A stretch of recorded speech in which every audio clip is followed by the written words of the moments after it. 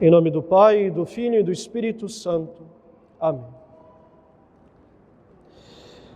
Queridos amigos, celebramos a solenidade externa de São Pedro e São Paulo.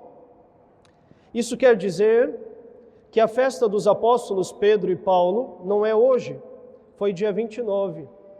Mas como no Brasil, dia 29 não é nem feriado e nem preceito, portanto não se pode cumprir o preceito e a festa são transferidos para o domingo.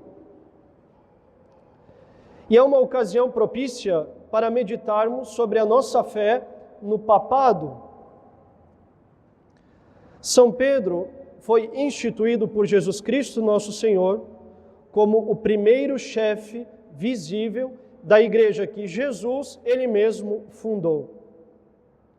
Eu te digo, tu és Pedro, e sobre esta pedra edificarei a minha igreja. A igreja é, portanto, uma instituição divina, embora os nossos contemporâneos afirmem que Jesus nunca fundou uma igreja. Analfabetos funcionais ou maliciosos, um pouco de cada um talvez, mas Jesus disse claramente, sobre ti eu fundo a minha igreja. E se ele disse isso é porque ele fundou uma igreja. E como nós sabemos que pertencemos à igreja que Jesus Cristo fundou? Pois bem, pertencemos se professamos os mesmos sacramentos, se acreditamos na mesma doutrina e se estamos submissos às autoridades daqueles que governam legitimamente a Santa Igreja de Cristo. Há 2000 anos, esta igreja permanece unida e governada pelo legítimo sucessor de Pedro, o Santo Padre, o Papa. A missão do Papa é a de garantir a unidade dos fiéis, confirmando-os na fé da igreja. Se o Papa, em seu ensinamento, foi revestido de uma autoridade infalível sob algumas condições, é justamente para que, ao ensinar dentro dessas condições, ele possa confirmar plenamente os fiéis na fé católica, já que, neste caso, todos deveriam reconhecer e aderir plenamente ao que é ensinado. Nós vemos com muita clareza na história da Igreja que a missão do Papa é unir, confirmando pela fé. A cada vez que o Papa deixou de realizar esta missão de unir pela fé ao longo da história, a Igreja conheceu as suas crises. E aqui, meus amigos, é importante que nós não confundamos a infabilidade com a impecabilidade. O Papa não é alguém que não peca, impecável. Ainda que, quando peque, cause verdadeiramente mais mal do que um simples fiel, um leigo, um padre, quando peca. Mas não é porque ele é pecador que ele deixa de ser Papa. Houveram papas na história da Igreja que mancharam vergonhosamente o trono de Pedro. Isso é muito triste, é muito feio, com certeza, mas não foi isso que comprometeu a missão da Igreja ao longo dos séculos. Ainda que pecadores, muitos papas realizaram a sua missão de confirmar o orbe católico na fé católica. E por isso, e assim, sempre se manteve unida a Santa Igreja de Jesus Cristo. O que prejudica a unidade da Igreja não são os grupos de fiéis que defendem a fé e a moral da Igreja. O que prejudica a unidade da Igreja é a falta de clareza no ensinamento da fé e da moral da Igreja. Não é o que se diz do Papa que une a Igreja, é o que o Papa diz que une ou divide. Não é o que se pensa dos bispos, mas o que eles ensinam que prejudica ou não a comunhão da Santa Igreja. O Papa não é bom porque a mídia o diz. O papado, caríssimos, não tem como parâmetro de sucesso a reputação que o Santo Padre tem diante do mundo, ainda mais se esse mundo for perverso e corrompido, como é o caso do nosso mundo atual. O sucesso do papado depende da fidelidade do Sumo Pontífice em confirmar na fé católica, pelo exemplo, mas sobretudo pela doutrina, o mundo católico. Assim sendo, nós podemos dizer que há, sem sombra de dúvidas, papas que ao longo da história foram melhores do que outros. Sem citar nomes, diremos apenas que os piores são os que deixaram de confirmar com clareza, pela doutrina, pela conduta em acordo com a doutrina, os católicos na fé. Os melhores são os que, com a doutrina e a santidade de vida, puderam realizar bem a missão que receberam de Deus.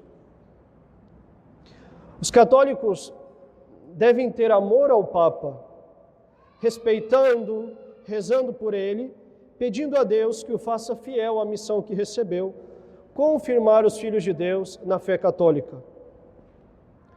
Ter devoção ao papado é uma bela característica dos católicos. Não quer dizer ser papista, mas quer dizer amar essa instituição tão sublime que foi fundada por Deus. E aqui, do amor ao Papa, 2 erros podem surgir. O primeiro, por negação, é a negação do papado.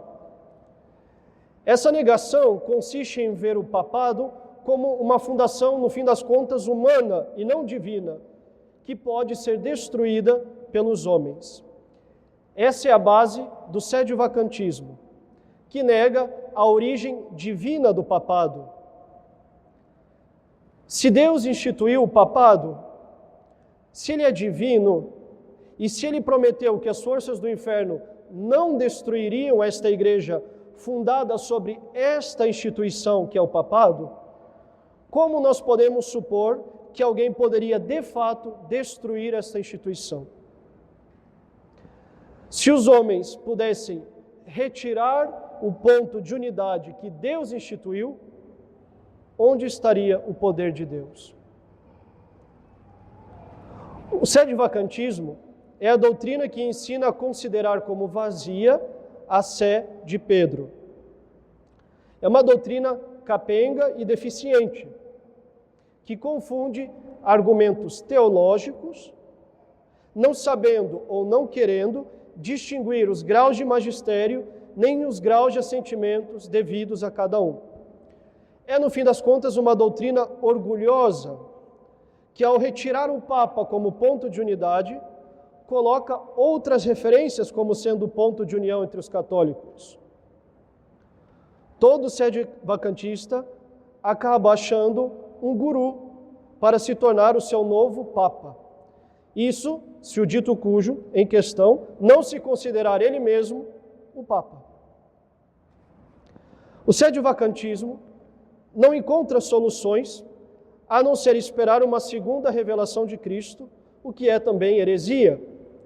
A revelação de nosso Senhor Jesus Cristo terminou com a morte do último Papa, do último apóstolo, e não haverá outra revelação até o fim dos tempos. Foi para a nova e eterna aliança que nosso Senhor veio. Se o sedvacantismo vem pela negação do amor devido ao Papa, um outro erro vem pelo falso exagero de amor. É o que nós poderíamos chamar de papismo, que consiste quase que num culto de personalidade do Papa. Amar o Papa quer dizer amar o papado inteiro e não pensar em conformidade com a mídia atual. Tal Papa eu amo, tal Papa eu não amo. Não, nós católicos amamos o papado e rezamos pelo atual pontífice, seja ele quem for. Assim como o mandamento manda honrar pai e mãe, e não só o pai ou só a mãe, independentemente que venhamos a preferir o pai ou a mãe, assim é com o Santo Padre. Nós não colocamos divisões, eu sou de São Pio X, eu sou de Pio XII, eu sou de Bento XVI ou eu sou de Francisco. Assim como os apóstolos nos ensinaram a não dizer eu sou de Paulo, eu sou de Pedro, assim não devemos ser de um papa ou de outro. O erro papista consiste justamente em exaltar um papa mais do que outro por questões ideológicas. Como dizia Dom Bosco, devemos sempre dizer viva o Papa, independentemente de quem ele seja. É o papado, caríssimos, que nós amamos, e é o papado que nos une. Um bom católico ama e trata com respeito todos os papas, ainda que possa sentir mais simpatia por um do que por outro. A solução para ambos os erros é um amor ordenado ao papado. Não confundir infabilidade com impecabilidade. Não pensar que uma instituição divina pode ser destruída por obras humanas. Não fazer do Papa um objeto de culto de personalidade ou de ideologia. Neste dia de São Pedro e São Paulo, peçamos aos príncipes dos apóstolos, colunas da Igreja, que nos façam amar com verdadeira devoção filial o Santo Padre, o Papa Francisco. Mas peçamos também pelo Santo Padre para que ele seja fiel na sua missão de confirmar os fiéis de Cristo na fé católica. Rezemos para que o Santo Padre não confunda os seus filhos, ao invés de os confirmar. E rezemos para que os fiéis católicos amem o papado nos seus 2000 anos de existência, construindo sua fé sob a rocha da doutrina e da moral tradicional da Santa Igreja. Em nome do Pai, e do Filho e do Espírito Santo. Amém.